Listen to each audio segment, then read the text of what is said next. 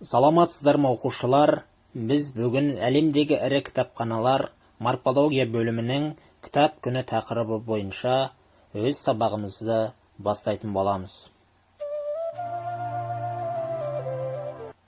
Сонымен, мына мәтінге назар салайық, жақсылап тыңдап алайық.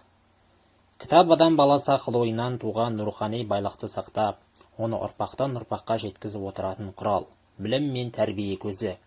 Ол адамзат жасаған ең ұлы кереметтердің бірі. 23 сәуір халықаралық кітап және авторлық құқық күні. Арабтың кітап деген сөзі қазақша жазу, жазба деген мағынаны білдіреді. Кітаптың шығуы мен дамуы сол жазу өнерінің пайда болуымен тығыз байланысты. Ол қажетті материалдарды ойлап табуына және техниканың дамуына сәйкес жетілдіріле береді.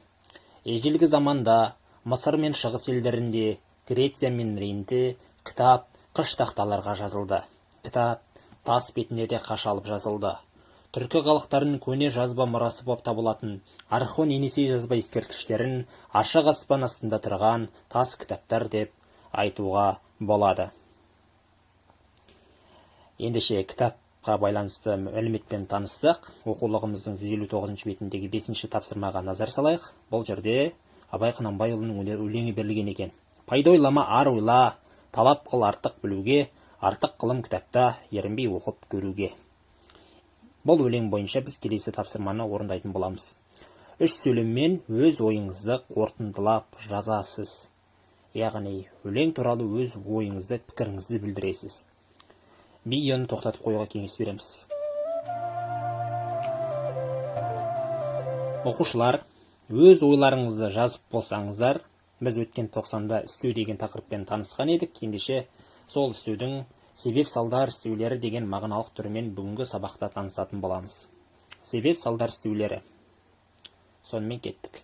Қимыл әрекетпен амалдың болу себебін немесе салдарын білдіреді де, не себепті, неге, қалай деген сұрақтарға жауап береді. Себеп-салдар істеуіне босқа, құр босқа, амалсыздан, лажсыздан, шарасыздан, бекерге, жоққа сияқты сөздер жатады. Сөзіміз салмақты болу үшін мысал келтіріп көрейік сіздер үшін.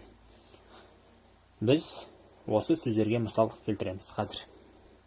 Мен бүгін әдейі жұмысқа кешігіп келдім. Сен осының барлығын жорта істейтін тәріздесің, деді бастық. Әлде бұл жұмыста амалсыздан жүрсің бе, деді бір кезде. Босқа арамтер болып жұмыс істеп жүрміз бе, деп сұрадым мен. Бекерге көңіл күйіңді түсірме, балам. Бұл жерде қызылмен белгіленген сөздердің барлығы себеп-салдар істеулеріне жатады. Бұлардың барлығына неге, не себепті деген сынды сұрақтар қойылады. Себеп-салдар істеулері деген қысқаша осындай.